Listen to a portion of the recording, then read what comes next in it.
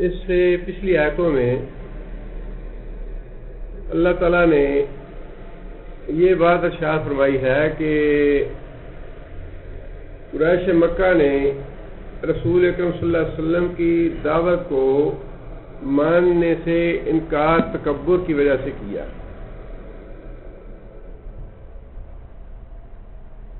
تکبر کی تعریف یہ ہے کہ انسان کسی حق بات کو ماننے سے انکار کر دے. اسی پس منظر میں اللہ تعالیٰ نے آدم علیہ السلام اور ابلیس کا واقعہ بیان فرمایا ہے کہ ابلیس نے بھی اسی طرح استکبار کیا، تکبر سے کام لیا جس طرح قریش مکہ کر رہے ہیں، اور اس تکبر کا انجام یہ ہوا کہ ابلیس اللہ تعالیٰ کی بارگاہ سے مردود ہوا اور ہمیشہ کے لیے اللہ تعالیٰ کی رحمت سے محروم ہو گیا. لہذا حق کی بات کو ماننے سے جو بھی آدمی انکار کرے گا تکبر کی وجہ سے، وہ اللہ کی رحمت سے محروم ہو جائے گا، اللہ کی لعنت ہوگی اس پہ، اور اللہ کی بارگاہ سے راندہ درگاہ ہوگا. اس پس منظر میں یہ واقعہ بیان کیا گیا ہے. ویسے قرآن مجید کی 5 مختلف صورتوں میں اللہ تعالیٰ نے یہ واقعہ بیان فرمایا ہے حضرت آدم کا اور ابلیس کا. مختلف جگہ پہ اس کی تفصیلات مختلف ہے. یہاں پہ چونکہ مطلوب یہی تھا کہ ابلیس کا تکبر واضح کیا جائے اور یہ بتایا جائے کہ جو بھی تکبر کرتا ہے وہ ہدایت سے محروم ہو جاتا ہے، اس لیے اتنا حصہ یہاں پہ اللہ تعالیٰ نے بیان فرمایا.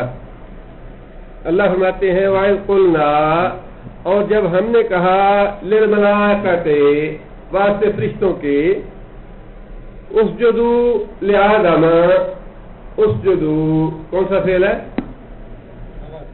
امر کا ہے، جمع کا صیغہ ہے. سجدہ کرو لآدم، واسطے آدم کے، یہ آدم کو سجدہ کرو. یہاں اللہ تعالیٰ نے نام فرشتوں کا لیا ہے کہ فرشتوں سے ہم نے کہا سجدہ کرو. اس وقت جنات کی مخلوق بھی موجود تھی، لیکن اللہ تعالیٰ نے الگ سے جنات کا نام نہیں لیا. مخاطب فرشتوں کو فرمایا، لیکن اس حکم میں جنات از خود داخل ہو گئے. مثال کے طور پہ جس طرح قرآن مجید میں بعض احکام جو ہے وہ اللہ تعالیٰ نے مذکر کو دیے ہیں. اقیم الصلاۃ، نماز قائم کرو. اقیم کا صیغہ جو ہے یہ مذکر کے لیے ہے، مؤنث کے لیے نہیں. لیکن اس میں مؤنث کا صیغہ از خود شامل ہو گیا کہ اور مردوں کے ساتھ عورتیں بھی موجود ہیں اور انہی کی نوع سے ہیں، اور دونوں اللہ کے احکام ماننے کے مکلف ہیں. لہذا جب اللہ تعالیٰ نے یہ فرمایا اقیم الصلاۃ، نماز قائم کرو، مردوں کو حکم دیا تو عورتیں اب خود اس میں شامل ہو گئیں. اسی طرح جب اللہ تعالیٰ نے فرشتوں کو یہ حکم دیا تو جنات بھی چونکہ مکلف ہیں نیک اور برے اعمال کے اور اس کی جزا سزا کے، اس لیے جنات کی مخلوق بھی اس میں از خود شامل ہو گئی. اس کے لیے الگ اللہ تعالیٰ نے حکم نہیں دیا. لہذا یہ حکم فرشتوں کے لیے بھی تھا، جنات کے لیے بھی تھا. اور ابلیس جو ہے سورہ کہف میں اللہ تعالیٰ نے اس بات کو واضح فرما دیا، کان من الجن، ابلیس جو ہے وہ جنات کی نوع سے تھا. ففسق، لیکن اسے اپنے رب کی نافرمانی. ابلیس جنات کی نوع سے ہے، فرشتوں کی نوع سے نہیں ہے. لیکن فرشتوں کی تعظیم کے طور پہ اللہ تعالیٰ نے نام فرشتوں کا لیا، لیکن اس میں حکم دونوں کے لیے آ گیا، جنات کے لیے بھی آ گیا، فرشتوں کے لیے بھی آ گیا. اللہ فرماتے ہیں کہ جب ہم نے حکم دیا فرشتوں کو کہ آدم کو سجدہ کرو، فسجدوا، انہوں نے سجدہ کیا. سجدوا ماضی کا فعل ہے اور جمع مذکر غائب کا صیغہ ہے. الا ابلیس، سوائے ابلیس کے. ابلیس نے سجدہ نہ کیا اور باقی سب نے سجدہ کیا، قال اللہ تعالیٰ نے ارشاد فرمایا، شیطان نے کہا، قال شیطان کے لیے، ابلیس نے کہا اسجدو، کیا مطلب؟ استفہام کا ہے، سوالیہ ہے، کیا اسجدو کون سا فعل ہے؟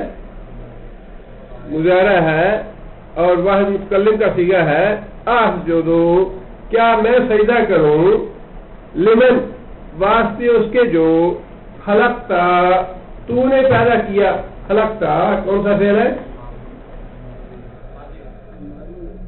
ماضی ہے اور صیغہ واحد مذکر حاضر کا، خلقتا مخاطب ہے، تا پہ جب زبر آتی ہے تو وہ مخاطب کا صیغہ بنتا ہے، خلقتا تو نے پیدا کیا، تینن مٹی سے۔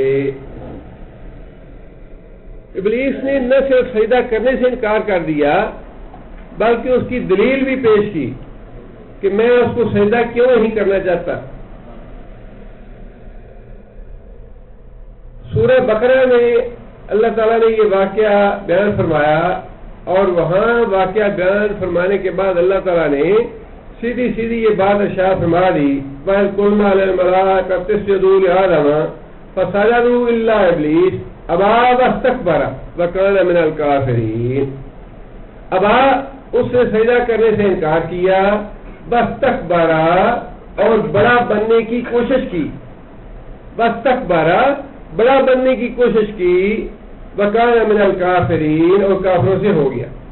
یعنی اس کی اصل جو دونوں باتیں ہیں، انکار کیا لیکن انکار کا سبب کیا تھا؟ تکبر کی وجہ سے اس نے اللہ تعالیٰ کا ارشاد ماننے سے انکار کر دیا اور کافروں میں سے ہو گیا۔ لیکن سورہ اعراف میں اللہ تعالیٰ یہ بات ارشاد فرماتے ہیں، وہاں بھی اس نے دلیل پیش کی کہ میں آدم کو سجدہ کیوں نہیں کرتا۔ اللہ تعالیٰ نے اس کے انکار کے بعد پوچھا اس سے، ابلیس سے، قال ما منعک الا تسجد اذ امرتک، کس چیز نے تجھے روکا سجدہ کرنے سے جبکہ میں نے تمہیں اس بات کا حکم دیا تھا؟ قال انا خیر منہ، قال انا خیر منہ، ابلیس نے کہا کہ میں اس سے بہتر ہوں، خلقتنی من نار، خلقتنی من نار، مجھے تو نے آگ سے پیدا کیا، وخلقتہ من طین، اور اس کو تو نے مٹی سے پیدا کیا۔ ایک تو اس نے اللہ کے مقابلے میں، اللہ کے حکم کے مقابلے میں دلیل پیش کی، اپنی عقل سے کام لیا کہ میں کیوں بہتر ہوں، میں نے سجدہ کیوں نہیں کیا، اس لیے کہ میں اس سے اچھا ہوں۔ ایک تو اپنی بڑائی کا گھمنڈ اسے لے بیٹھا، اور دوسرا اللہ کے حکم کے مقابلے میں اپنی عقل سے کام لینا اور اپنی جواز پیش کرنا، سبب پیش کرنا کہ میں یہ کام اس لیے نہیں کرتا، جو بات مجھے سمجھ آئی ہے میں وہ کروں گا، اپنی عقل سے کام لیا اس نے۔ حالانکہ بات تو بڑی سیدھی سی ہے کہ اگر آگ میں کوئی بڑھائی ہے تو آگ سے پیدا کرنے والا وہ بھی اللہ، خالق تمہارا بھی اللہ ہے۔ اگر مٹی میں کوئی نقص ہے جس سے انسان کو پیدا کیا اللہ نے، تو مٹی سے پیدا کرنے والا بھی اللہ ہے، خالق تمہارا بھی اللہ، انسان کا بھی اللہ۔ لہذا یہ بات تو دونوں پہ لازم آ گئی، دونوں پہ فرض ہو گیا کہ جس نے ہمیں پیدا کیا ہے اس کا حکم ماننا ہے۔ لہذا آگ سے پیدا کیا یا مٹی سے پیدا کیا، اصل بات تو یہ تھی کہ جو ہمارا خالق ہے اس کی بات کو ماننا ہے، وہ جو کہے بلا سوچے سمجھے آنکھیں بند کر کے اس پہ عمل کیا جائے، اس لیے کہ اللہ نے یہ بات ارشاد فرمائی ہے۔ اور دوسری بات یہ ہے کہ دین کے معاملات کو دنیا کی مثالوں سے سمجھنا یہ صحیح نہیں ہے۔ دین کے مسائل کو، دین کے احکام کو دنیا کی مثالوں سے سمجھنا اگر کوئی مثال ایسی ہو جو تائید کرتی ہو کتاب و سنت کی تو کوئی حرج کی بات نہیں، لیکن یہ ضروری نہیں ہے کہ اللہ تعالیٰ کے یا رسول اللہ صلی اللہ علیہ وسلم کے سارے احکام ہماری عقل میں آ جائیں، ہماری سمجھ میں آ جائیں، یہ ضروری نہیں ہے۔ دین نام ہی اسی کا ہے، اسلام نام ہی اس بات کا ہے کہ انسان سرنڈر کر دے، اللہ اور اللہ کے رسول کے آگے جھک جائے، کسی بات کی سمجھ آئے یا نہ آئے، جو اللہ فرماتا ہے، جو اللہ کا رسول فرماتا ہے، اسی میں بھلائی ہے۔ اور ہمارے ہاں فتنہ فساد کا اور ہمارے خسارے کا، ہمارے نقصان کا سبب ہی یہ ہے کہ ہم نے اپنی عقل سے کام لینا شروع کر دیا ہے کہ اس صدی میں ہمارے لیے اس بات میں فائدہ ہے، اس بات میں نقصان ہے۔ اگر ہم حدود نافذ کریں گے یا چور کے ہاتھ کاٹیں گے تو یہ دنیا میں ہم بدنام ہو جائیں گے، دنیا کہے گی یہ سزائیں بڑی وحشیانہ ہے۔ ہم نے اپنی عقل سے کام لینا چھوڑ دیا اور اللہ کے حکم کو ماننا ترک کر دیا کہ ہماری عقل میں یہ بات نہیں آتی۔ یہ بالکل وہی شیطان والی بات ہے کہ جو تو نے حکم دیا ہے مجھے، میری عقل میں نہیں آتی یہ بات، میں اس سے بہتر ہوں، میں اس کو سجدہ نہیں کروں گا۔ اس حکم میں کیا حکمت ہے یہ اللہ بہتر جانتے ہیں، لیکن اس کی مخلوق ہونے کے ناطے سے فرض یہ تھا کہ جیسا اللہ حکم دے ویسا ہی کیا جائے۔ اس کا فطرہ پیدا ہوا، اس نے انکار کیا، اللہ کی رحمت سے محروم ہوا اور ہمیشہ ہمیشہ کے لیے اللہ کی لعنت کا مستحق ہوا۔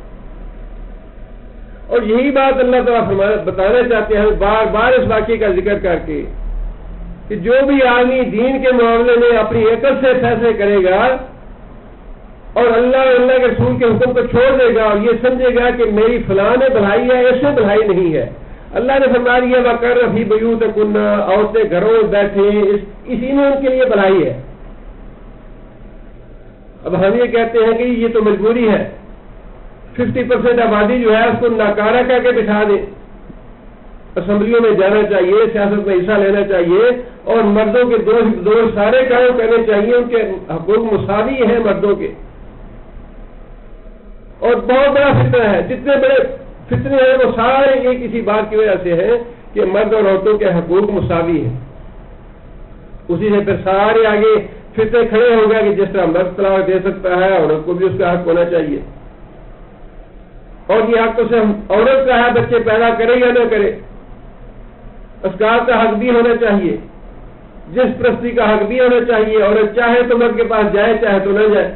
اور یہ ساری باتیں ایسی ہیں جو باقاعدہ ریکارڈ پہ موجود ہیں اور جس کی باقاعدہ مہم کفار نے چلائی ہوئی ہے، اور مسلمان لوگ جو ہیں وہ تصد کرتے ہیں ان پہ یا مجبور ہیں کرنے میں۔ اور ہمارے جو ذلت اور رسوائی کا سبب یہی ہے کہ ہم نے اپنی ذہن سے اور اپنی عقل سے سوچنا شروع کر دیا کہ اس کام میں ہمارے لیے بھلائی ہے، اس کام میں ہمارے لیے نقصان ہے۔ اللہ اور اللہ کے رسول کی بات سے ہم نے اعتماد نہیں کیا، اللہ اور اللہ کے رسول کی بات کی ہم نے اطاعت اور فرما برداری نہیں کی، اس کو چھوڑ دیا۔ یہی کام شیطان نے کیا۔ آگے اللہ فرماتے ہیں کہ شیطان نے صرف یہی بات نہیں کہی کہ تو نے مجھے آگ سے پیدا کیا لہذا میں بہتر ہوں، انسان کو مٹی سے پیدا کیا لہذا وہ مجھ سے کمتر ہے، بلکہ بڑے استہزائیہ انداز میں اور توہین آمیز انداز میں اللہ تعالیٰ سے مخاطب ہوا۔ قالا، کہنے لگا، ارأیتک، یا اللہ تو نے یہ بھی سوچا؟ آپ انداز لگائیے کہ کتنی دلیری ہے۔ ارأیتک، کیا تو نے یہ بھی سوچا؟ ھذا الذی کرمت علی، کہ یہ وہ شخص ہے جس کو تو نے مجھے تکریم دی، عزت دی، میرے مقابلے میں اس کو تم نے زیادہ احترام کا مستحق ٹھہرایا، حالانکہ یہ مجھ سے کمتر ہے، مٹی سے پیدا ہوا ہے، لیکن اس کے باوجود تو نے مجھے حکم دیا کہ میں اس کو سجدہ کروں، حالانکہ سجدہ تو اسے مجھے کرنا چاہیے تھا، یہ مٹی سے پیدا ہوا ہے، اس کو جھکنا چاہیے تھا، میں آگ سے پیدا ہوا، مجھے اونچا ہونا چاہیے تھا۔ اور یہی فتنہ ساری دنیا میں ہے، اپنے گھروں میں بھی لڑائیوں کا دیکھ لیں، حتیٰ کہ میاں بیوی کے لڑائیوں میں بھی دیکھ لیں، بڑا بننے کا جو خناس ہے ذہن میں، وہ نہ بھائیوں میں اتحاد رہنے دیتا ہے، نہ پیار محبت رہنے دیتا ہے، نہ اپنے گھروں میں رہنے دیتا ہے، نہ اپنے شہروں میں، نہ ملکوں میں. اور اللہ نے بار بار یہ بات ارشاد فرمائی کہ اس کا جو سبب ہے فتنوں کا اور فساد کا وہ یہی ہے کہ ایک دوسرے پہ چڑھائی کرنا چاہتا ہے، غلبہ حاصل کرنا چاہتا ہے. وہی غلبے والی بات یہاں بھی ہے کہ یہ تو میرے مقابلے میں بہت ہی کمتر ہے، جس کو تو نے مجھے حکم دیا ہے سجدہ کرنے کا، تو نے اس پہ غور نہیں کیا. اور جب کوئی انسان اللہ کے حکم کا انکار کرتا ہے یا اس کے سامنے کوئی دلیل پیش کرتا ہے کہ حدود کو نافذ کرنا آج کل کے زمانے میں ممکن نہیں، اس سے ہماری توہین ہوتی ہے، یا دوسرے لوگ ہمارا مذاق اڑائیں گے، یا حجاب کا مذاق ہے یا داڑھی کا مذاق ہے، تو وہ دوسرے الفاظ نہیں، شیطان والی ہی بات ہے کہ بھلا یہ بھی دیکھو ہے کوئی اس زمانے کی بات کرنے والی کہ اس زمانے میں حجاب پہن کے عورتیں نکلے، یا یہ بھی ہے کوئی بات کرنے والی کہ اس زمانے میں حدود نافذ کی جائے. اللہ نے سوچا نہیں اس بات پہ کس بات کا ہمیں حکم دے رہا ہے. یہ بات وہی ہے جو شیطان نے کہی ہے، خاص زبان سے نکالے یا نہ نکالے، لیکن جب اللہ کی نافرمانی کرتا ہے اور کسی شرعی حکم کا مذاق اور استہزاء کرتا ہے تو اس کا مطلب یہی ہے کہ جس طرح شیطان نے کہا کہ تو نے غور نہیں کیا یا تو نے سوچا نہیں یہ حکم دیتے ہوئے کہ یہ کام کرنے کے لائق ہے یا نہیں ہے، بات بالکل وہی ہے. آگے شیطان نے یہ بات کہی، لئن اخرتنی، لئن اگر اخرتنی تو نے مجھے مہلت دی، مؤخر کیا، تاخیر کی، یعنی تو نے اگر مجھے وقت دے دیا، مہلت دے دی مرنے سے پہلے پہلے، الی یوم قیامت، قیامت کے دن تک، اگر تو نے قیامت کے دن تک مجھے مہلت دی، لَأَحْتَنِكَنَّ ذُرِّيَّتَهُ إِلَّا قَلِيلًا، لَأَحْتَنِكَنَّ میں کاٹ کے رکھ دوں گا، جڑ سے اکھیڑ کے رکھ دوں گا، ذُرِّيَّتَهُ اس کی ذریت کو، انسان کی ذریت کو. آپ اندازہ لگائیں کہ کتنا بڑا دشمن ہے انسان کا شیطان. اس نے واضح الفاظ میں یہ بات کہی اللہ تعالیٰ کے سامنے اور اس کو ڈکا چھپا نہیں رہنے دیا کہ میں اس انسان کی اولاد کو اسلام سے بالکل کاٹ کے رکھ دوں گا، اس کو بالکل جڑ سے اکھیڑ دوں گا کہ اس کا کوئی تعلق ہی نہ رہے اسلام کے ساتھ. الا قلیلا، ہاں تھوڑے سے بندے ہوں گے جن کا تعلق اسلام کے ساتھ رہے گا، یا جو تیرے احکام کے فرما بردار رہیں گے، یا جو تیرے تابع رہیں گے، لیکن اکثریت ایسے لوگوں کی ہوگی جنہیں میں اپنے ہاتھوں میں ڈال لوں گا اور ان کو اسلام سے بہت دور کر دوں گا، ان کی جڑ کاٹ دوں گا. یہاں تو اللہ تعالیٰ نے اتنی ہی بات ارشاد فرمائی، لیکن سورہ اعراف میں اللہ تعالیٰ نے یہ بات ارشاد فرمائی کہ شیطان نے ابلیس سے باقاعدہ اللہ تعالیٰ سے درخواست کی اس بات کی، قال انذرنی. سورہ اعراف میں 14 نمبر آیت میں اللہ فرماتے ہیں کہ ابلیس سے مجھے کہا، قال ابلیس نے کہا، انذرنی الی یوم یبعثون، یا اللہ تو مجھے مہلت دے لوگوں کو گمراہ کرنے کے لیے، لوگوں کو اسلام سے دور لے جانے کے لیے، تیرا نافرمان بنانے کے لیے. کب تک مہلت دے؟ الی یوم یبعثون، اس دن تک کے لیے جس دن تو لوگوں کو اٹھائے گا، یعنی قیامت تک کے لیے. آپ اندازہ لگائیے کہ قیامت پہ اس کا پکا ایمان ہے ابلیس کا، قیامت کا انکار نہیں ہے اسے، اور اسے یہ پتا ہے کہ قیامت کیوں قائم ہونی ہے، لوگوں کے اعمال کا حساب لینے کے لیے. لیکن جب ایک دفعہ انسان جھوٹ بول لیتا ہے، استکبار میں پڑ جاتا ہے، غلط راستے پہ پڑ جاتا ہے، تو پھر انسان ایک غلطی کے بعد سینکڑوں غلطیاں کرتا چلا جاتا ہے،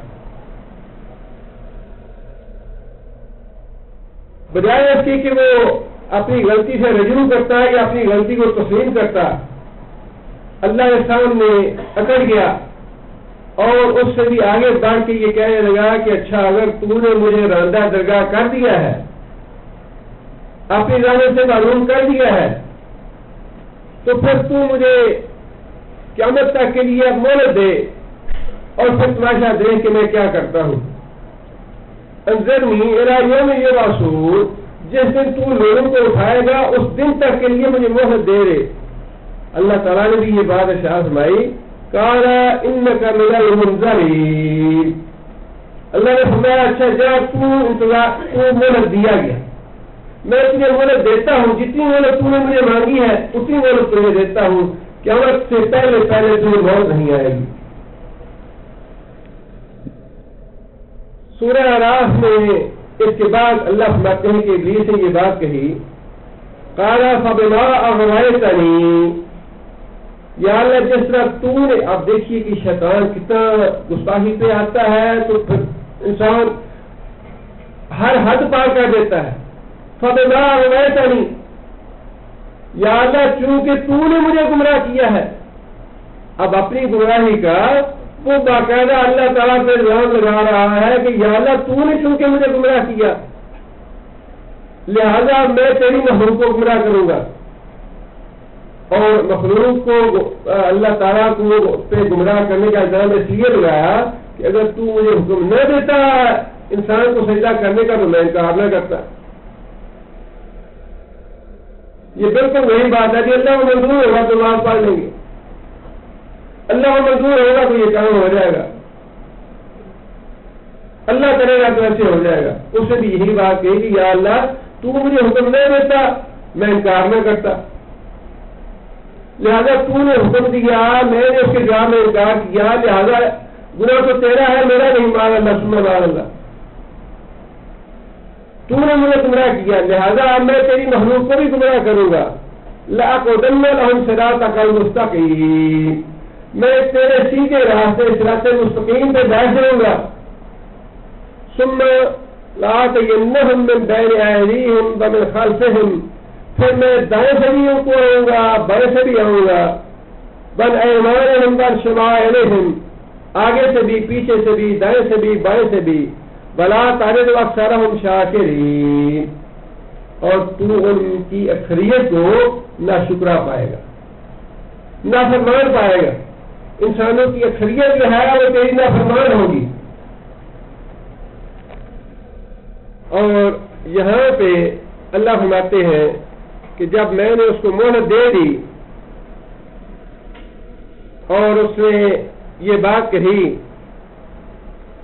کہ میں تیری مخلوق کی جڑ کاٹ کے رکھ دوں گا، اسلام سے ان کا کوئی تعلق باقی نہیں رہے گا، مگر تھوڑے سے بندے ہوں گے جو اپنے آپ کو اسلام سے چمٹائے رکھیں گے، اسلام کے ساتھ وابستہ رہیں گے، اسلام کو تھامے رہیں گے، بڑی قلیل تعداد میں ہوں گے۔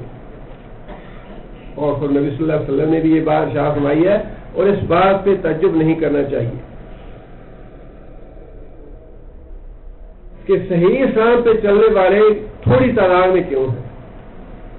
نبی صلی اللہ علیہ وسلم نے فرمایا کہ ایک کالے رنگ کا بیل ہو تو کالے رنگ کے بیل پہ جتنے سفید رنگ کے بال ہوتے ہیں کفار میں مسلمانوں کی تعداد اتنی ہی ہو، اور فرمایا کہ اسی طرح اگر ایک سفید رنگ کا بیل ہو اس میں جتنی تعداد کالے رنگ کی بالوں کی ہوگی بس مسلمانوں کی تعداد اتنی ہی ہوگی، اکثریت جو ہے وہ کافروں کی اور اللہ کے نافرمانوں کی اور مشرکوں کی اور یہودیوں کی، ان کی اکثریت ہوگی۔ اللہ فرماتے ہیں قال اذهب فمن تبعك منهم فإن جهنم جزاؤكم جزاء موفورا۔ قال اذهب، اللہ تعالیٰ نے مہلت دے دی، اسے مہلت طلب کی، اللہ تعالیٰ نے مہلت دے دی کہ قیامت تک میں تجھے موت نہیں دیتا، تو جو کرنا چاہتا ہے کر لے۔ قال اذهب، اللہ نے فرمایا اچھا جا، تجھے مہلت ہے۔ فمن تابعک، لیکن یہ بات میں نے پہلے دل سے طے کر دی ہے. فمن تابعہ کا، جو بھی آدمی تیرے پیچھے چلے گا، فمن تابعہ کا، خواہ کوئی سید زادہ ہوگا، کوئی بادشاہ ہوگا، کوئی وزیر اعظم ہوگا، غریب ہوگا، امیر ہوگا، چھوٹا ہوگا، بڑا ہوگا، درویش ہوگا، فقیر ہوگا، جو بھی ہوگا، فمن تابعہ کا، جو شخص بھی تیرے پیچھے چلے گا، تیری پیروی کرے گا، ان میں سے، ان کی نیند انسانوں کے لیے، ان میں سے جو بھی تیرے پیچھے چلے گا، جو بھی تیری بات مانے گا، فَإِنَّ جَهَنَّمَ جَزَاؤُكُمْ جَزَاءً مَوْفُورًا. اللہ فرماتے ہیں کہ اس کا بدلہ جہنم ہوگی، اور فرمایا جزاء موفورا، بڑا بھرپور بدلہ ہے. جہنم سارے ایک پہ نکال گئی، جتنی بھی عقل ہے، جتنا بھی تکبر ہے اور استکبار ہے، یہ سب کچھ نکال گئی جہنم. جزاء موفورا، بھرپور بدلہ ہوگا جہنم کا.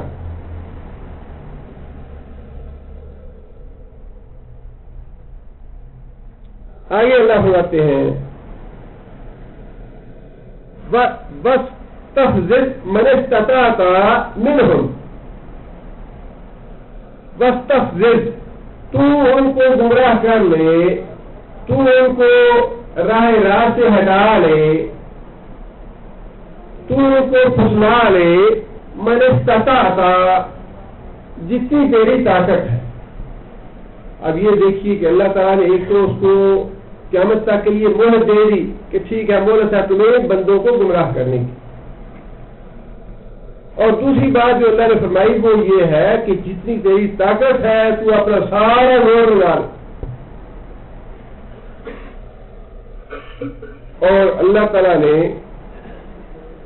انسانوں کے مقابلے میں جنات کو زیادہ طاقت دی ہے، جسمانی طاقت کے اعتبار سے بھی اور اس اعتبار سے بھی کہ جنات جو ہے وہ غیر مرئی مخلوق ہے جو نظر نہیں آتی، اور پھر اس حد تک اللہ نے ان کو طاقت دی ہے کہ وہ ہمارے تصورات، ہمارے خیالات میں بھی دخل اندازی کر سکتا ہے. نبی صلی اللہ علیہ وسلم نے فرمایا کہ شیطان جو ہے وہ انسان کے جسم میں اس طرح گردش کرتا ہے جس طرح خون گردش کرتا ہے. اللہ تعالیٰ نے اس کو نہ صرف بہت زیادہ ڈھیل دے دی بلکہ انسان کو گمراہ کرنے کے لیے طاقت بھی بہت زیادہ دے دی. یہ بہت بڑا امتحان ہے انسان کے لیے دنیا کی زندگی، یہ معمولی نہیں ہے. اگر آپ اس پہ غور کریں، جو کچھ اللہ تعالیٰ نے بتایا ہمیں اور جس طرح کھلا کھلا اس نے اعلان کیا، اور انتہائی بدترین دشمن ہے انسان کا، اس اعتبار سے انسان کے لیے بہت بڑی آزمائش ہے یہ دنیا. قدم قدم پہ انسان کے لیے انسان کانٹے جو ہے وہ بولتا ہے شیطان.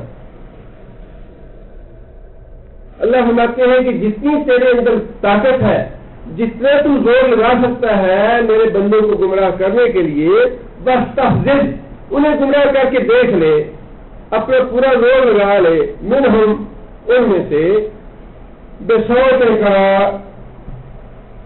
سب سے پہلی گمراہی والی بات کون سی؟ آواز. سب سے پہلی چیز اللہ نے فرمائی کہ انسان کو گمراہ کرنے کے لیے شیطان کی ابلیس کی آواز ہے جس سے انسان گمراہ ہوتا ہے. حضرت عبداللہ بن عباس رضی اللہ تعالیٰ نے فرمایا کہ شیطان کی آواز کون سی ہے؟ موسیقی اور گانا بجانا. موسیقی اور گانا بجانا سب سے پہلا ہتھیار ہے جس کا اللہ نے قرآن میں بھی ذکر کر دیا کہ اپنی آواز سے تو گمراہ کر سکتا ہے تو آواز سے گمراہ کر. اب بات تو وہی ہے کہ رسول اللہ صلی اللہ علیہ وسلم نے بھی یہ بات ارشاد فرمائی کہ میں موسیقی کے آلات کو توڑنے کے لیے بھیجا گیا ہوں. خود عملاً نبی صلی اللہ علیہ وسلم نے موسیقی کی آواز سنی تو اپنے کان بند کر لیے، اور یہاں تک فرمایا کہ جو آدمی گانے والی جو عورتیں ہیں ان کی آواز سنیں گے، قیامت کے دن ان کے کانوں میں پگھلا ہوا شیشہ ڈالا جائے گا۔ اس کے باوجود ہمارا یہ کہنا جی موسیقی تو روح کی غذا ہے، کیا مطلب ہے اس کا؟ بات تو بالکل وہی ہے جو شیطان نے کہی تھی اللہ تعالیٰ سے کہ تو نے مجھے کیوں حکم دیا، میں تو اس سے اچھا ہوں اور وہ مجھ سے نیچ ہے، تو نے سوچا نہیں یہ حکم دیتے ہوئے؟ بات تو وہی ہے جو ہم بھی کہتے ہیں کہ یا اللہ سے بغیر تو ہمارا گزارا نہیں تھا، یہ تو ہماری روح کی غذا ہے، یہ تو دن رات سنے بغیر ہمارا گزارا نہیں ہے۔ عورت کی آواز بڑی اچھی لگتی ہے، بڑی کشش ہے عورت کی آواز میں، موسیقی کے دھن پہ ناچنے کو جی جاتا ہے جیسے، اور یہ ایسی اللہ تعالیٰ معاف کرے، اس طرح اللہ تعالیٰ نے قرآن میں سچی بات ارشاد فرمائی ہے کہ دنیا میں قرآن سے بڑی سچائی ہے ہی نہیں تھی۔ کیا آپ نے دیکھا نہیں ہے کہ گانا بجنا ہوتا ہے، 5 سال کا 6 سال کا بچہ اس کے ساتھ ناچنا شروع کر دیتا ہے؟ یہ کیا چیز ہے؟ یہ شیطان کی آواز نہیں تو اور کیا ہے؟ انسان کی انگلیاں، انسان کے پاؤں، انسان کی آنکھیں، انسان کا جسم جو ہے وہ حرکت کرنا شروع کر دیتا ہے۔ اچھے طرح لوگ جو ہے پختہ عمر کے گانے سنتے ہیں تو اپنے آپ کو حرکت شروع ہو جاتی ہے۔ کیا یہ موسیقی روح کی راہ ہے؟ یہ بالکل وہی شیطانی باتیں ہیں، اور اللہ نے سب سے پہلا جس بات کا نام لیا وہ یہی ہے کہ تو اپنی آواز سے ان کو گمراہ کر کے دیکھ لے، اور کثیر تعداد وہی ہے جو شیطان کی آواز سے گمراہ ہو رہی ہے۔ ہاں جی، رات کو 3 بجے سوتا ہوں، صبح 8 بجے اٹھتا ہوں اور موسیقی سنتا ہوں تو روح تازہ ہو جاتی ہے، جسم تازہ ہو جاتا ہے۔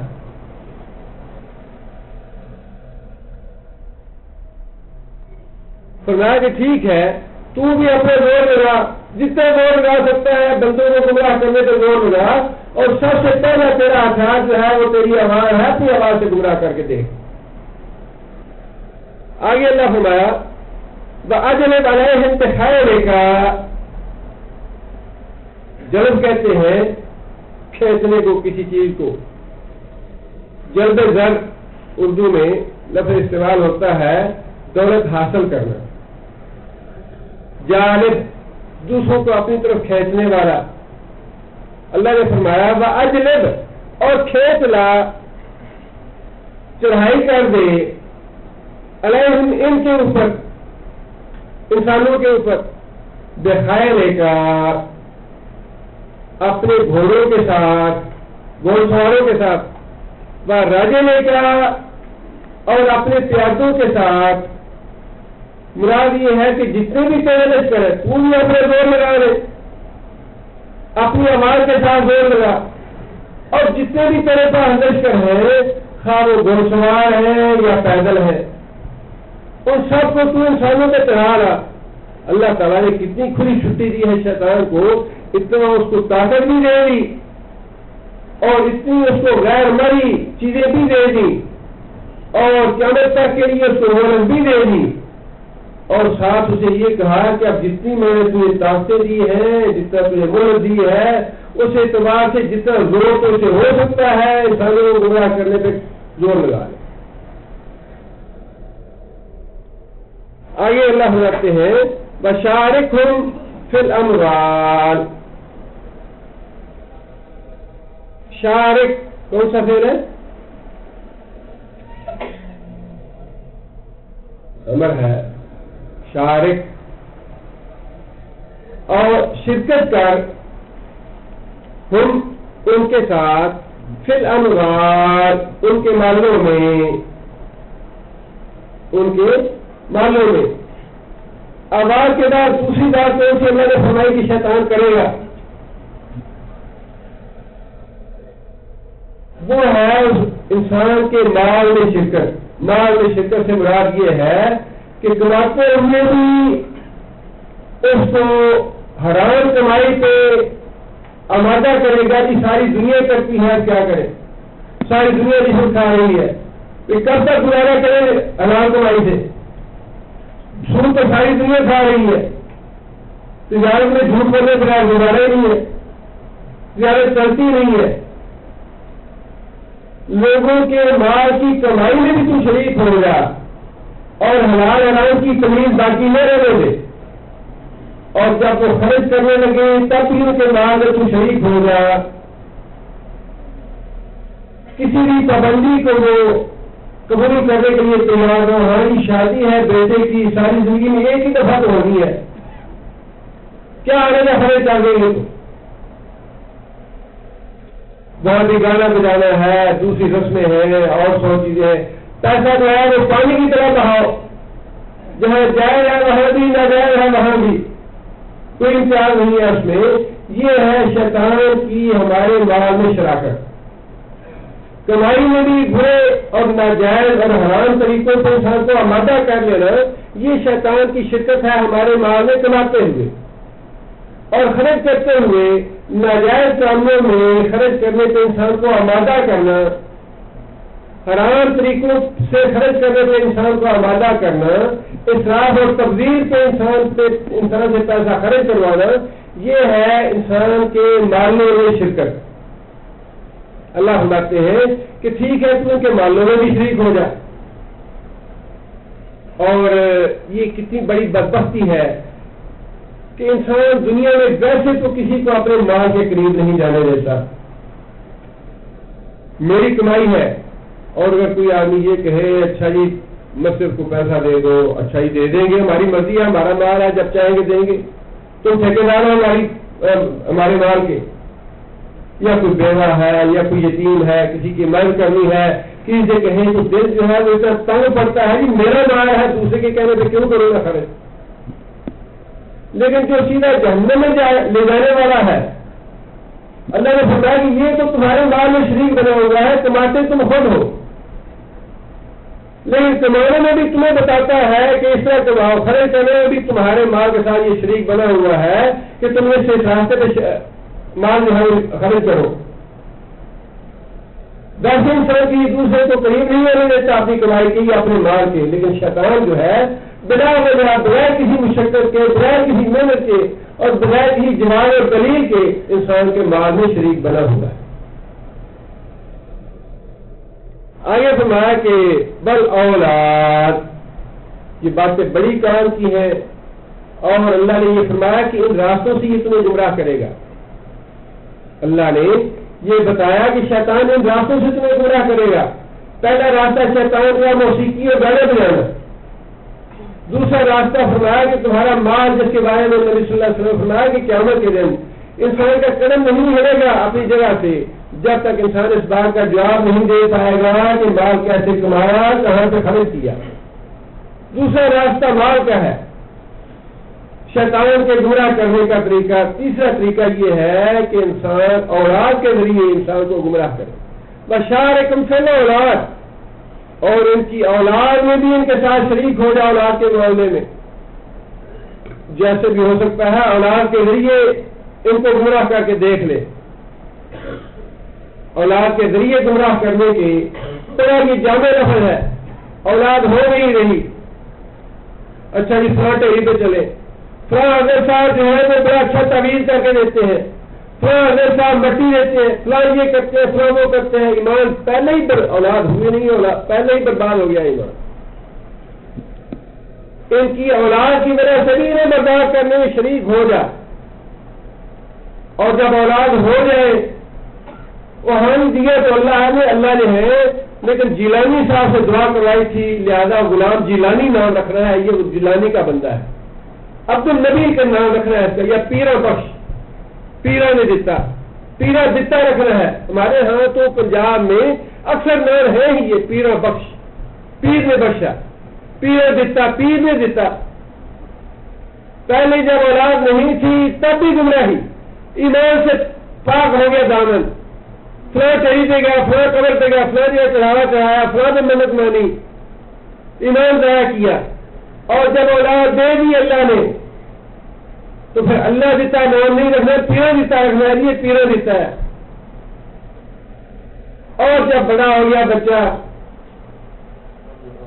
تو پھر اس کی تعلیم و تربیت کے معاملے میں ان کے ساتھ شریک ہوگا. جی دین پڑھائیں گے تو بچہ کھائے گا کہاں سے؟ یہ تو بھوکا مرے گا. قرآن پڑھنے پہ تو اتنا وقت لگ جائے گا. قرآن یاد کرنے پہ تو بچہ پھر گیا مولوی بن گیا. یہ تو مصیبت بن گیا, مصیبت کا ہو کے رہ جائے گا. یہ بچے کا مستقبل برباد ہو جائے گا. انگلش میڈیم میں پڑھانا چاہیے, انگریزوں کا مقابلہ کرنا ہے, ٹیکنالوجی کا مقابلہ کرنا ہے, ٹیکنالوجی سیکھنی ہے, انگلش میڈیم میں پڑھانا چاہیے, بچے کا بیڑا غرق کرنا چاہیے. فرمایا کہ وہاں بھی تو شریک ہو جا. انسان کے ہزاروں وسوسے ہوتے ہیں کہ اگر میں نے اس کو دین پہ لگا دیا, قرآن پہ لگا دیا, مدرسے میں بھیج دیا, مولوی کے پاس چلا گیا تو بچہ ہاتھوں سے گیا. اب کیا ہو رہا ہے ہمارے یہاں بھی یہی ہے. یہ مساجد اور مدارس جو ہیں جو دہشت گردی کے مراکز ہیں. دس کو کوئی سمجھ نہیں آتی. کافر تو یہ کہیں گے ہی, ان کے لیے تو ہے ہی یہ بات. ان کے سینے کو سانپ لوٹتے ہیں مساجد اور مدارس کو دیکھ کے. لیکن تم ان مساجد اور مدارس کو ڈھا کے اور ان پہ بمباری کر کے یہ ثابت کرنا چاہتے ہو کہ کوئی کہتا ہے وہ سب کچھ صحیح ہے. کافر کے بچے ہیں اپنی زبان سے وہ بالکل صحیح بچے ہیں. یہ چھوٹے چھوٹے معصوم بچے بچیاں جو ہے یہ دہشت گردی کرنے والی ہیں. لیکن یہ جو شیطان کا راستہ ہے, اللہ نے فرمایا کہ تم یہ جتنے مرضی ہے ان کو گمراہ کر لو اپنی آواز کے لیے, اپنے مالوں کے لیے, اور پھر ان کی اولادوں کے لیے کہ اولاد کو دین کے راستے پہ نہیں آنے دینا. جتنے مرضی ہے وہ لگا لو. لیکن اس کا مطلب یہ نہیں ہے کہ ہمیں اپنے بچوں کو جاہل رکھنا چاہیے, بچوں کو پڑھانا چاہیے, علم سکھانا چاہیے, لیکن علم کے ساتھ اس سے پہلے دین سکھانا چاہیے. دین میں بچے اتنے پکے ہو جائیں کہ اپنے ایمان کو چھوڑنے والے نہ بنے, ایمان پہ قائم رہے قیامت تک, اپنے مرنے تک ایمان قائم رہے. لیکن اگر بچے کی بنیاد دینی اعتبار سے مضبوط نہ بنائی جائے, پھر اس کو کافروں کے حوالے کر دیا جائے تو دین برباد ہو جائے. کافروں کا مقابلہ کرنے کی نیت سے ٹیکنالوجی حاصل کرنا یا علم حاصل کرنا یہ معیوب بات نہیں ہے. اصل بات یہ ہے کہ بچوں کو پہلے دین کا علم اتنا سکھا دیا جائے, کتاب و سنت میں اتنا پکا کر دیا جائے, ایمان اتنا کود کے بھر دیا جائے ان میں, اللہ کے رسول کی محبت اتنی پکی کر دی جائے کہ کافروں کا کوئی ہتھکنڈا جو ہے وہ ان کو ایمان سے نہ ہٹا سکے.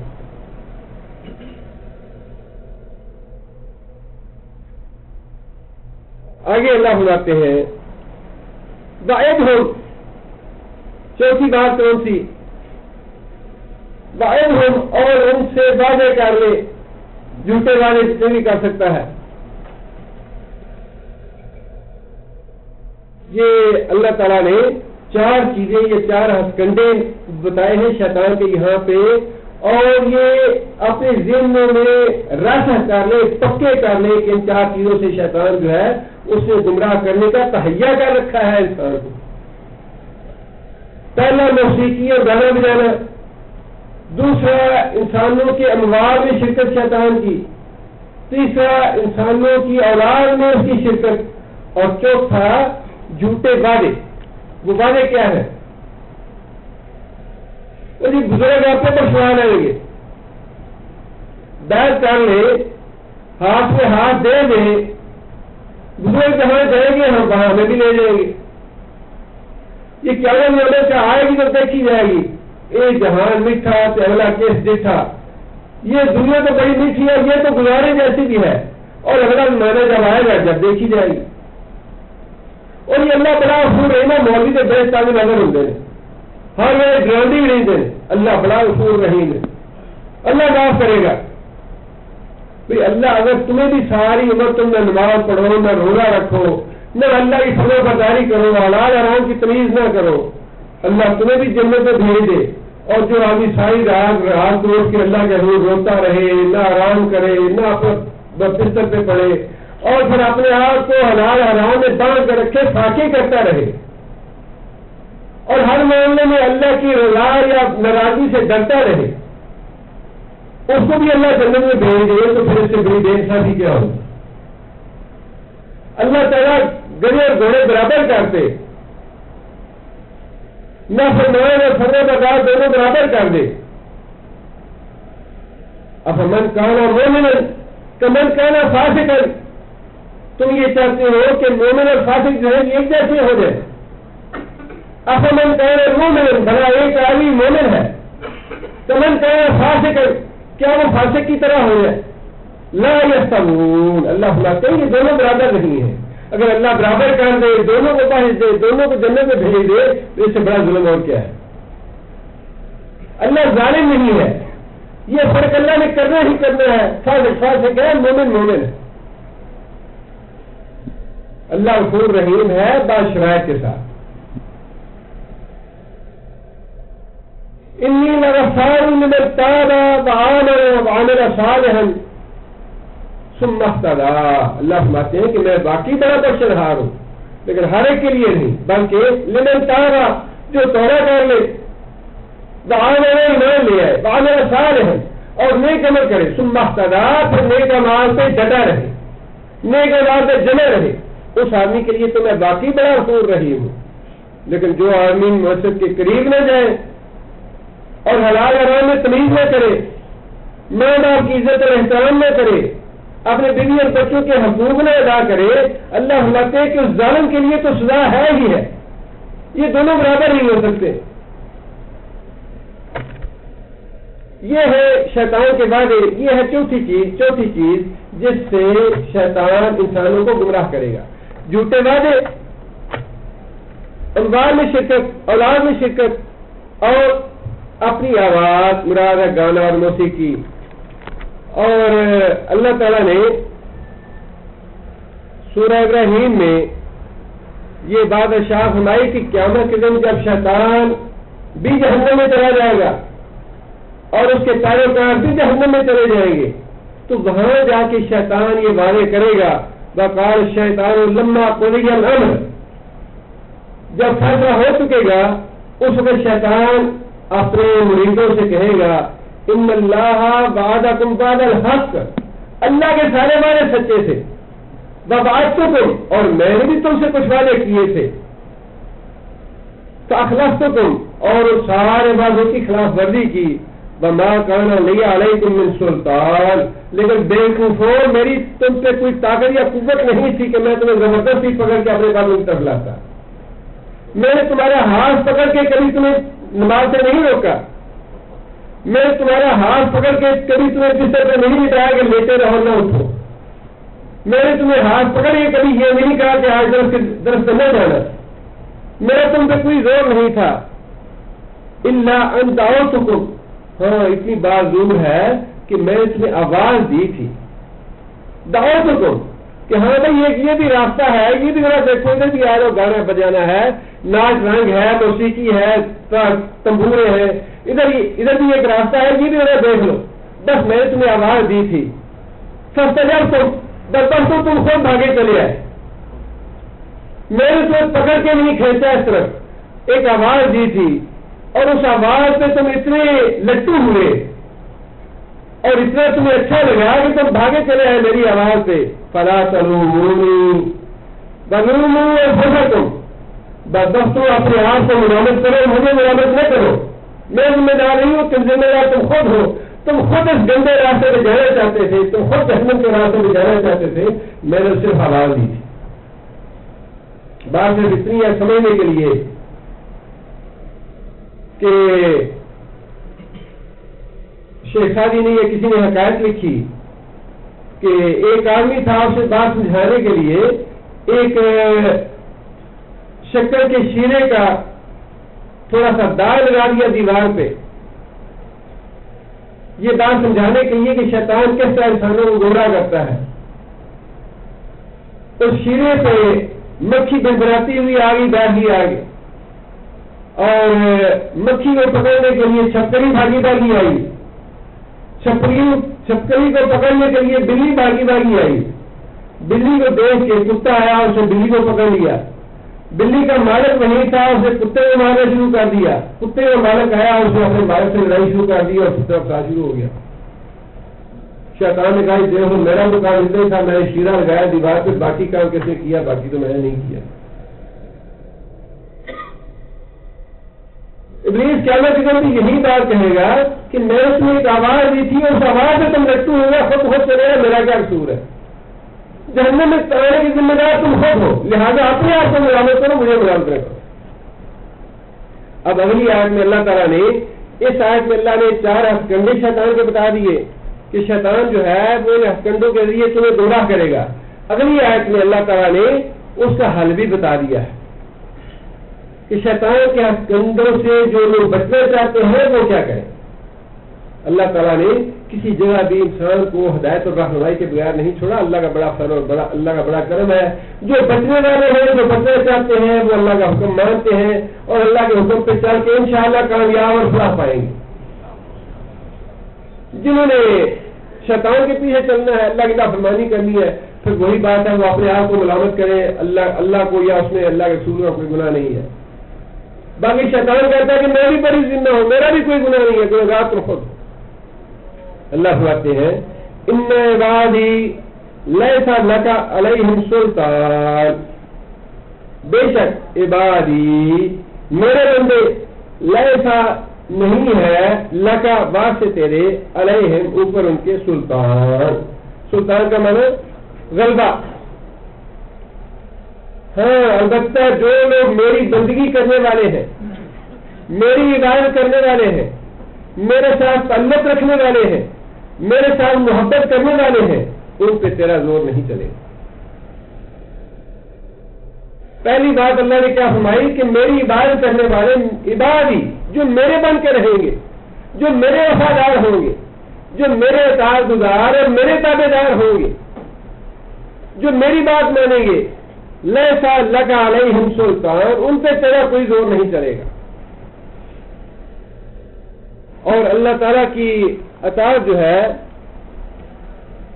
ویسے تو اللہ تعالیٰ نے سورہ فرقان میں پچھلے درس میں ہم نے پڑھا عباد الرحمن کی اللہ تعالیٰ نے صفات گنا دی کہ عباد الرحمن کون سے، جو شرک نہیں کرتے، زنا نہیں کرتے، تکبر نہیں کرتے، قتل نہیں کرتے، جھوٹ نہیں بولتے، اور پھر فرمایا والذین یبیتون لربہم سجدا وقیاما، راتوں کو اٹھ کے اللہ سے درخواست کرتے ہیں، اللہ کے آگے روتے روتے ہیں کہ یا اللہ گناہ ہو گیا، ہمیں معاف کر لے۔ یہ اللہ سے جو تعلق ہے یہ بہت بڑی بات ہے۔ شیطان کو اللہ نے بڑی طاقت و قوت دی ہے، اللہ کی پناہ لینا یہی اس کا حل۔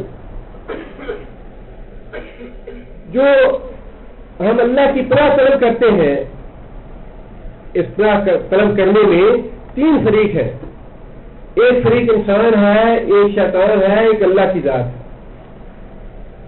شیطان کو فرمایا کہ خلق الانسان ضعیفا، انسان کو تو ہم نے بڑا کمزور بنایا ہے، بڑی جلدی یہ ہمت ہار جاتا ہے، بڑی جلدی یہ ایمان سے ہاتھ دھو بیٹھتا ہے، بڑی جلدی یہ اپنے آپ کو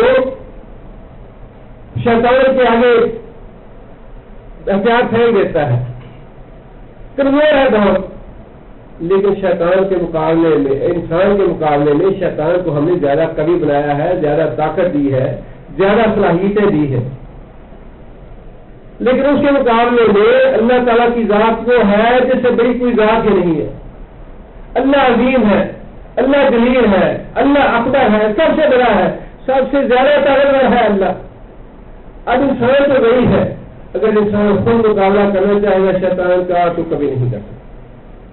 شیطان اگر کہے کہ میں خود مقابلہ کر لوں، انسان کہے میں خود مقابلہ کر لوں انسان کا، شیطان کا، یا اس سے ڈر جاؤ، تو یہ ممکن نہیں ہے۔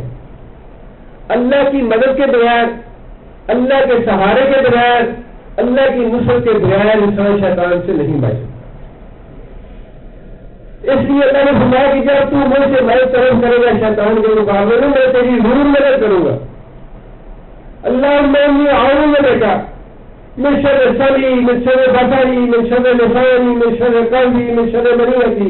تو کہہ تو صحیح کہ یا اللہ مجھے زبان کے شر سے بچا دے، مجھے آنکھوں کے شر سے بچا دے، مجھے کانوں کے شر سے بچا دے، مجھے شرمگاہ کے شر سے بچا دے۔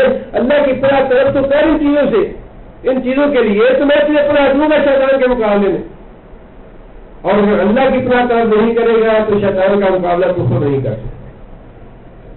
اعوذ باللہ من الشیطان الرجیم، شیطان مردود سے اللہ کی پناہ میں آ جا، یہی تیرے بچنے کا طریقہ ہے۔ اور جو بندے میری پناہ طلب کریں گے وہی شیطان کے حملے سے بچیں گے۔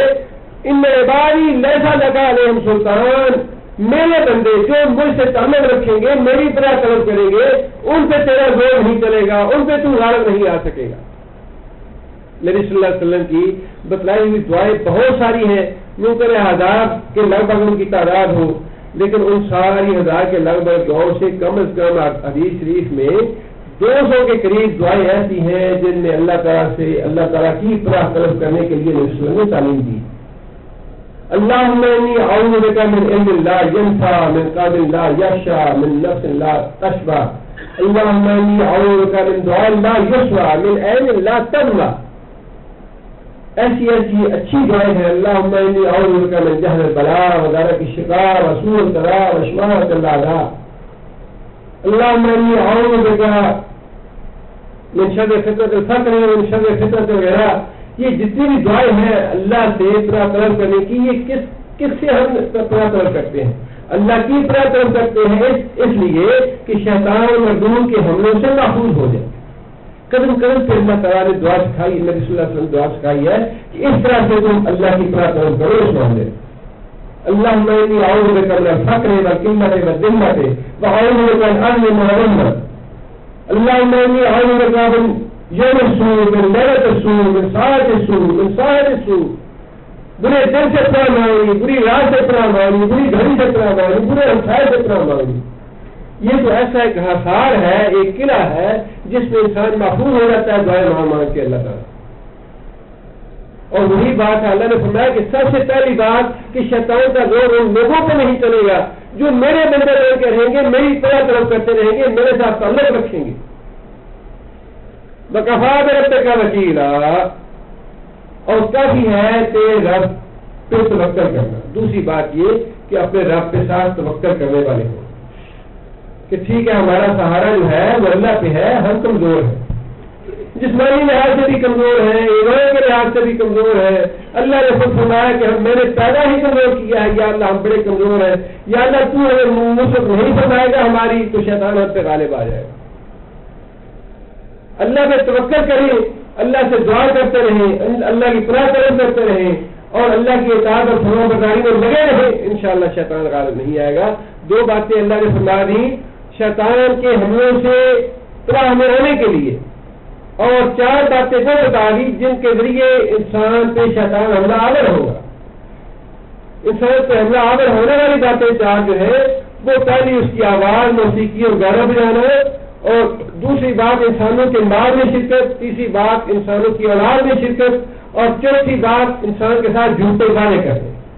اور اس کے مقابلے میں جو پناہ دینے والی باتیں ہیں یا شیطان کے حملوں سے محفوظ رہنے والی باتیں وہ یہ ہے کہ انسان اللہ کی عبادت میں لگا رہے، اللہ کی اطاعت اور فرما برداری میں لگا رہے، اللہ سے مستقل تعلق رکھے، ہر وقت اللہ تعالیٰ کی طرف رجوع کرے اور اللہ کی پناہ طلب کرتا ہے، اور پھر اللہ پہ توکل کرے۔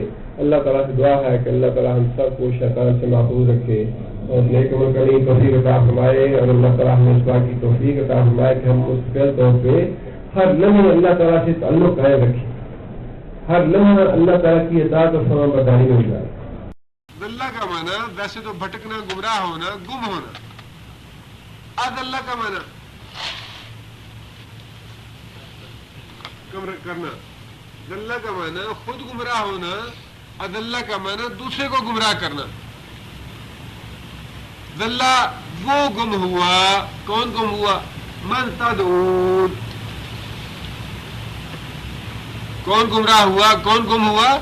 من وہ،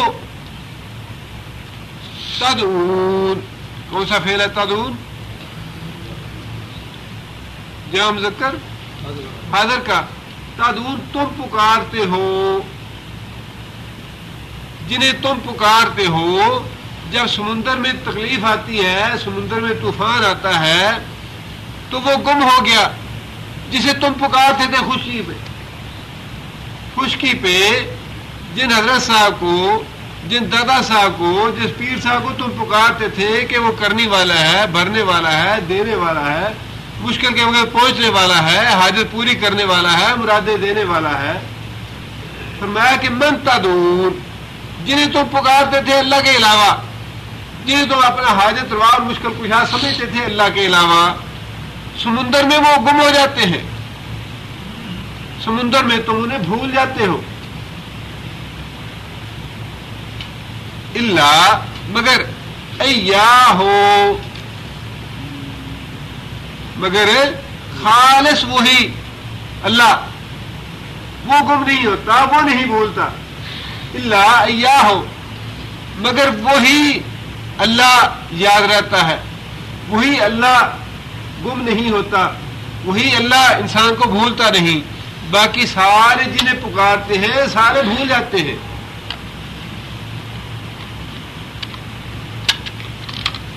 اور یہ بات تو بڑے تجربے کی ہے. سمندر ہو یا ہوا ہو، بات ایک ہی ہے. فلائٹ جا رہی ہو، ذرا بھی فلائٹ ان بیلنس ہوتی ہے تو سب کی زبان سے لا اللہ نکلتا ہے، یا اللہ نکلتا ہے. اس وقت سارے بھول جاتے ہیں کہ داتا بھی دینے والا ہے، یا 11ویں والا بھی کچھ کر سکتا ہے، یا 12ویں والا کچھ کر سکتا ہے، سب بھول جاتے ہیں. اللہ فرماتے ہیں کہ جب سمندر میں ہوتے ہو تم تو پھر تمہیں ایک اللہ کے سوا سارے بھول جاتے ہیں کہ فلاں بھی حاجت روا یا مشکل کشا ہے. اور اگر اتنی بات بھی انسان سمجھ لے تب بھی غنیمت کی بات ہے. اگر اتنی حقیقت کو بھی انسان پا لے تب بھی بڑی غنیمت کی بات ہے. ابو جہل کا بیٹا اکرمہ، سمندر میں ہی انہیں اللہ یاد آیا تھا، اور وہیں سے انہیں یہ بات، یہ حقیقت بے نشین ہوئی. اگر سمندر میں ایک اللہ کام آتا تو پھر خشکی میں بھی ایک اللہ کام آنا چاہیے.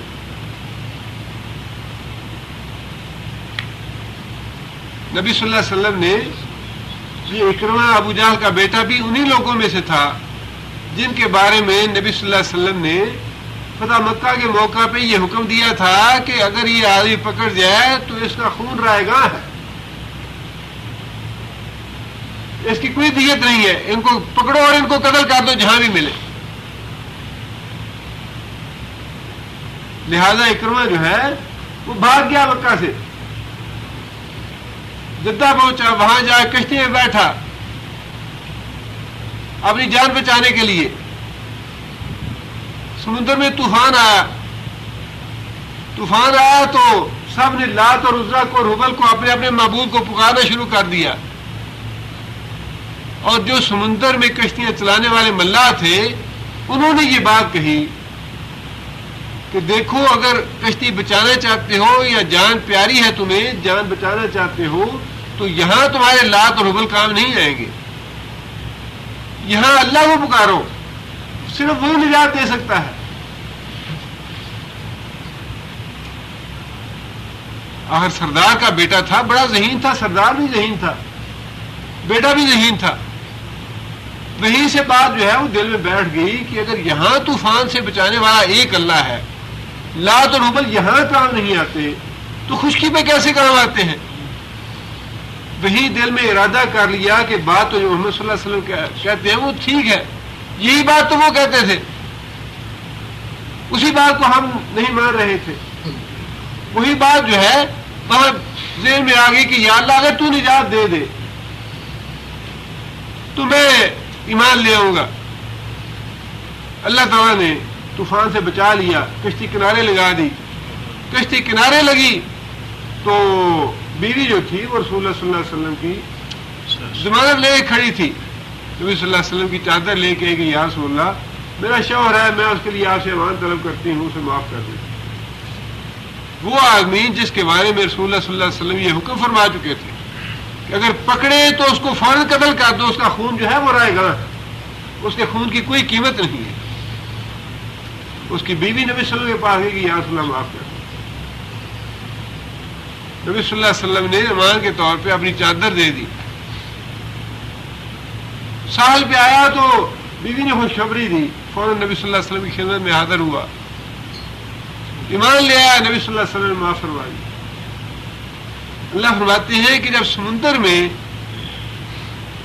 طوفان آتا ہے، مصیبت آتی ہے، پریشانی آتی ہے تو جن جن کو تم پکارتے ہو وہ سارے تمہیں بھول جاتے ہیں سوائے ایک اللہ کے. فلما نجاکم، فلما پس جب نجا کون سا فعل ہے نجا؟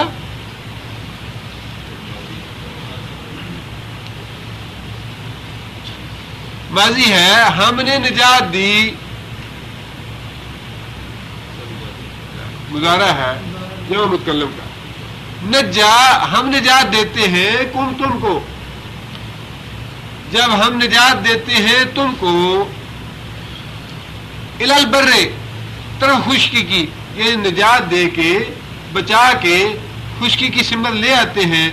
آرز تم، آرز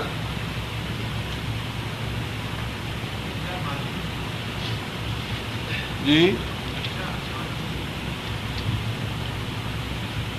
اس کا مظاہرہ کیا ہے؟ نون جو ہے وہ لفظ کا حصہ ہے. نون جو ہے یہ متکلم کا نہیں ہے بلکہ لفظ کا حصہ ہے. نجا اس نے نجات دی، ماضی کا فعل ہے یہ. الال برے خشکی کی طرف، آرز تم پھر جاتے ہو ایمان سے. آرز تم پھر جاتے ہو ایمان سے. سمندر میں اللہ نجات دلاتے ہیں، اللہ کو پکارتے ہو، اللہ بچا کے خشکی کی طرف لے جاتا ہے، تو پھر بکرا داتے کے دربار میں جا کے چڑھاتے ہو. خشکی پہ جا کے انسان پھر مشرک بن جاتا ہے، پھر اللہ سے شرک کرنا شروع کر دیتا ہے. 10 سال 12 سال 14 سال اولاد نہیں ہوئی تو مانگتا اللہ سے ہے،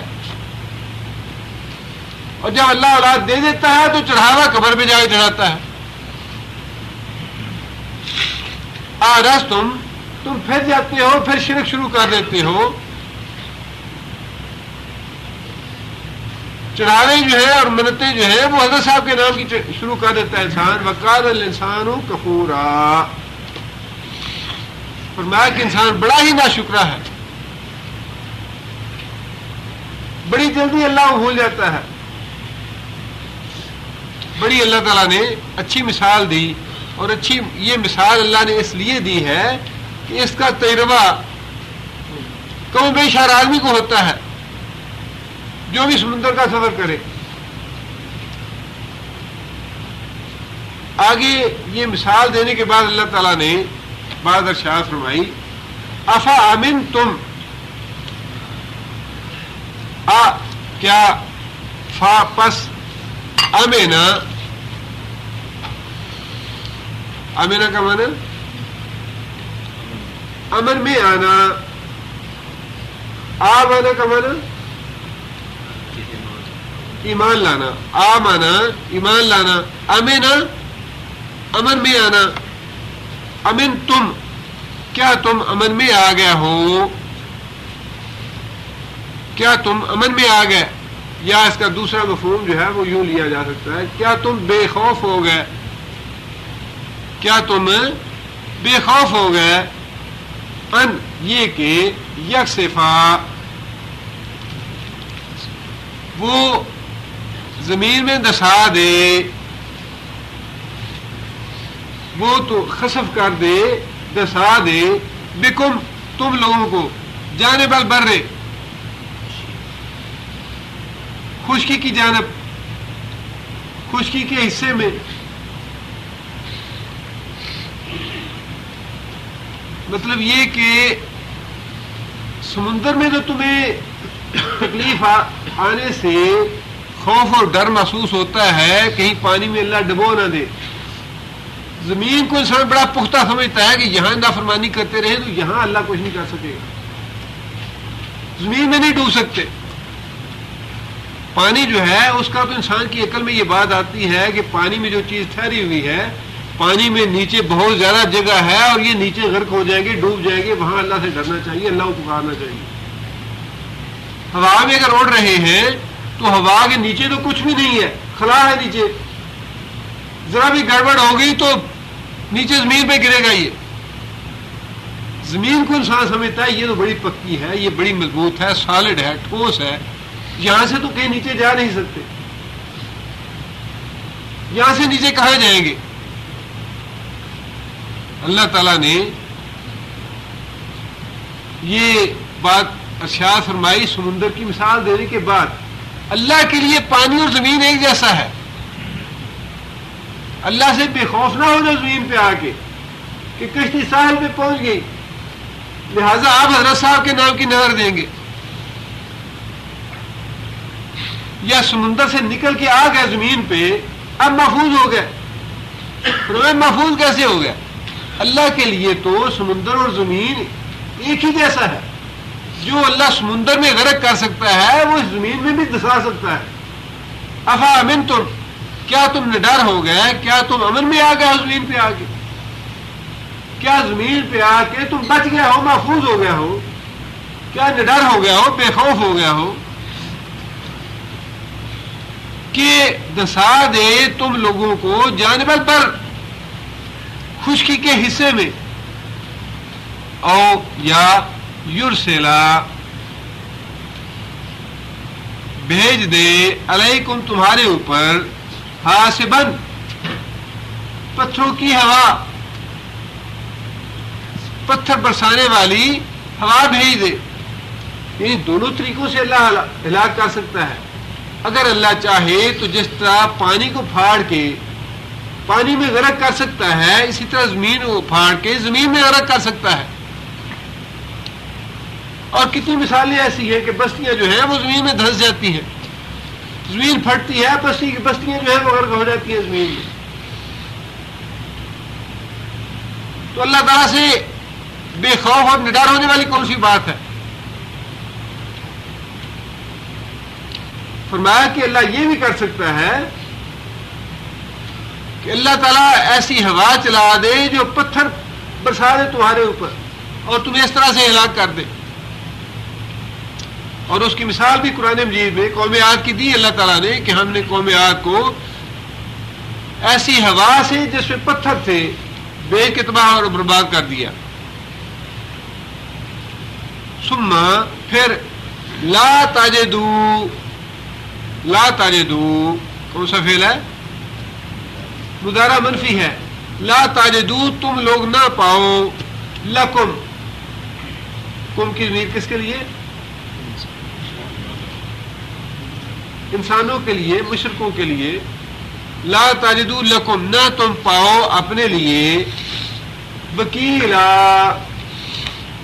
کوئی بھی کارساز، کوئی بھی حاجت روا، کوئی بھی مشکل کشا، کوئی بھی حاجت روا، کوئی مشکل کشا، کوئی بھی کارساز تم نہ پاؤ. یعنی ہم اگر کہیں عذاب بھیج دیں، کسی قوم کو ہلاک کر دیں، زمین میں دسا دیں، پتھروں کی بارش برسا دیں، تو ہماری سزا سے بچانے والا کوئی نہیں. اور جو اللہ تعالیٰ پانی کو پھاڑ کے اس میں غرق کر سکتا ہے وہی اللہ اس زمین کو بھی پھاڑ کے تباہ برباد کر سکتا ہے. لہذا اس زمین پہ تم محفوظ نہیں ہو، نڈر نہ ہو جاؤ اللہ کے عذاب سے.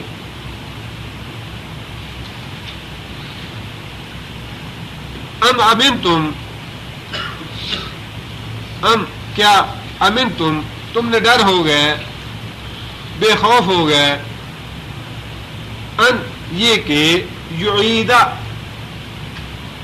کا معنی اعادہ کرنا، دوبارہ وہی کام کرنا، لوٹا دینا. تم کو یعیدکم تم کو لوٹا دے، فی ہے ایک ہی ضمیر کس طرف؟ سمندر کی. کیا تم نے ڈر ہو گئے کہ اللہ تعالیٰ دوبارہ تمہیں سمندر میں لوٹا دے، جہاں تم نے اللہ سے توبہ کی تھی، جہاں اللہ سے معافی مانگی تھی، جہاں اللہ سے بچنے کی دعا کی تھی، اور زمین پہ آگے پھر تم نے شرک شروع کر دیا، زمین پہ آگے پھر دوسروں کو پکارنا شروع کر دیا. وہ اللہ اس بات پہ بھی قادر ہے کہ تمہیں دوبارہ اسی سمندر میں لے جائے. تارۃ اخرى، تارہ کا معنی بار، اخرى دوسری بار تمہیں پھر سمندر میں لے جائے. فیرسلا پس بھیج دے، علیکم تمہارے اوپر، قاصفن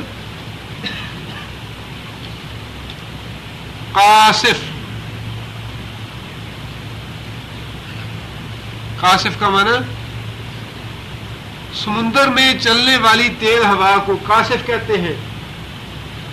اور خشکی پہ تیز چلنے والی ہوا کو آصف عین کے ساتھ. خشکی پہ جو تیز ہوا چلتی ہے جسے ہم آندھی کہتے ہیں اسے آصف عین کے ساتھ. اور جو سمندر میں تیز ہوا چلے کشتیوں کو توڑ پھوڑ دینے والی اسے قاصف. اور اگر الف کے ساتھ آصف ہو,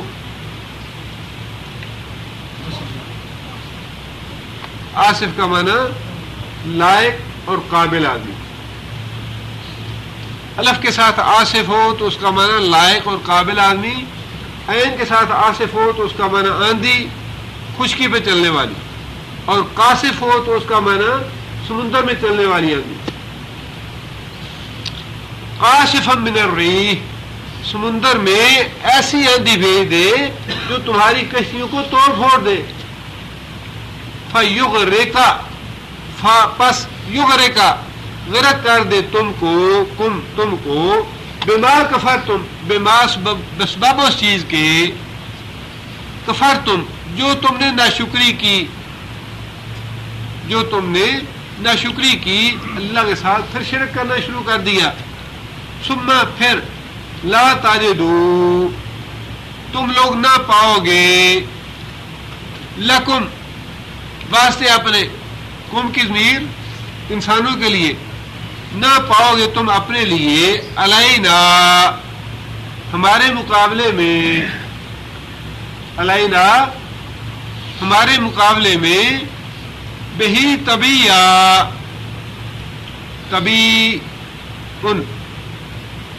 طبیعن کیا ہوگا؟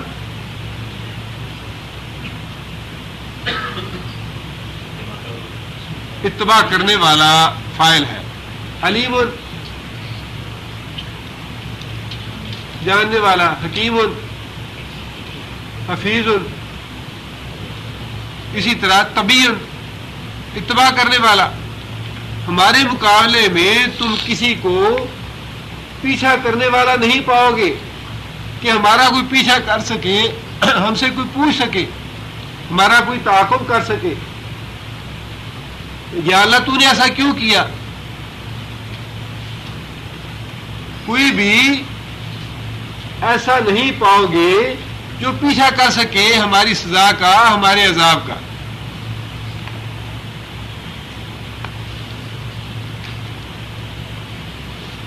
ہمارے ہاں عقیدہ لوگوں کا یہ ہے اللہ کے پکڑے چھڑا لے, محمد کے پکڑے چھڑا کوئی نہیں سکتا. تو اللہ کی سزا سے تو محمد صلی اللہ علیہ وسلم بچا سکتے ہیں, لیکن محمد صلی اللہ علیہ وسلم کسی کو سزا دینا چاہیں تو اللہ بھی نہیں بچا سکتا. معاذ اللہ ثم معاذ اللہ. جبکہ اللہ یہ فرماتے ہیں کہ ہم اگر کسی کو ہلاک کر دیں, کسی کو غرق کر دیں, تو تم اپنے لیے کسی کو بھی ہمارا پیچھا کرنے والا نہیں پاؤ گے جو ہم سے پوچھ سکے. لا یسألو اما یفعلو, لا یسأل, اللہ تعالیٰ سے سوال نہیں کیا جاتا, ما یفعل, جو وہ کرتا ہے, وہم یسألون, باقی سارے کے سارے فرشتے بھی, جن بھی, انسان بھی, سارے کے سارے یسألون, سوال کیے جائیں گے اللہ سے. فرشتے بھی جواب دے ہیں اللہ کے آگے, جن بھی جواب دے ہیں اللہ کے آگے, انسان بھی جواب دے ہیں اللہ کے آگے.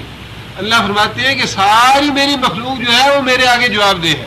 پیغمبر بھی جواب دے ہیں, چھوٹے بڑے سارے جواب دے ہیں.